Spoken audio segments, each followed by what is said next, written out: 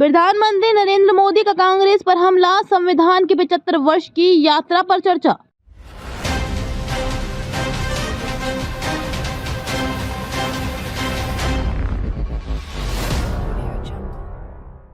प्रधानमंत्री नरेंद्र मोदी ने भारतीय संविधान के 75 वर्षों की यात्रा पर चर्चा करते हुए रविवार को एक बार फिर कांग्रेस पर तीखा हमला किया।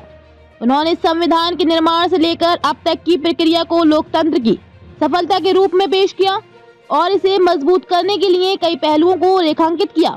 इस दौरान उन्होंने कांग्रेस पर आरोप लगाया कि इस पार्टी ने भारतीय लोकतंत्र और संविधान को कमजोर करने के प्रयास किए थे, जिससे संविधान की सही भावना का पालन नहीं हो सका। संविधान के 75 वर्षों की गौरवशाली यात्रा।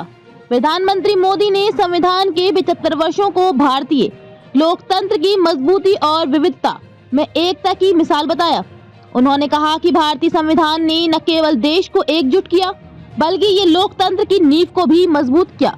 उन्होंने संविधान की मूल भावना धर्मनिरपेक्षता, सामाजिक न्याय और समानता पर जोर दिया और कहा कि भारत ने इसे लागू करने में हमेशा अपने रास्ते खोजे हैं। मोदी ने विशेष रूप से इस बात पर ध्यान केंद्रित किया कि संविधान के निर्माता डॉक्टर भीमराव अंबेडकर ने देश के समाज के सभी वर्गों को बराबरी का दर्जा देने के लिए जो दृष्टिकोण अपनाया, उसे भारत ने सफलता से लागू किया।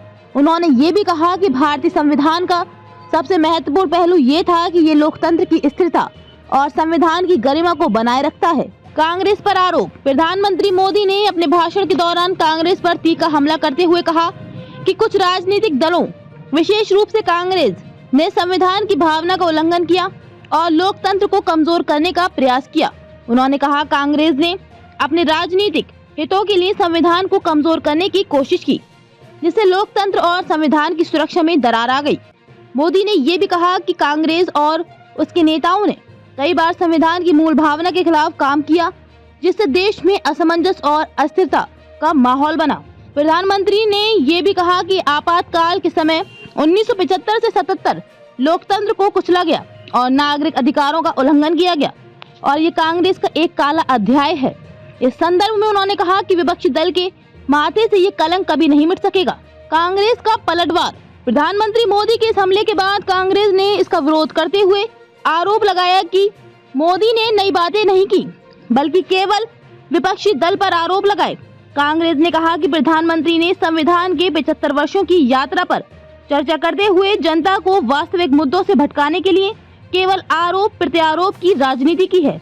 कांग्रेस के नेताओं का कहना था कि मोदी सरकार के कार्यकाल में संविधान के सिद्धांतों और लोकतंत्र की संस्थाओं को कमजोर किया गया है और इसलिए प्रधानमंत्री को पहले अपनी सरकार की कार्यप्रणाली पर बात करनी चाहिए।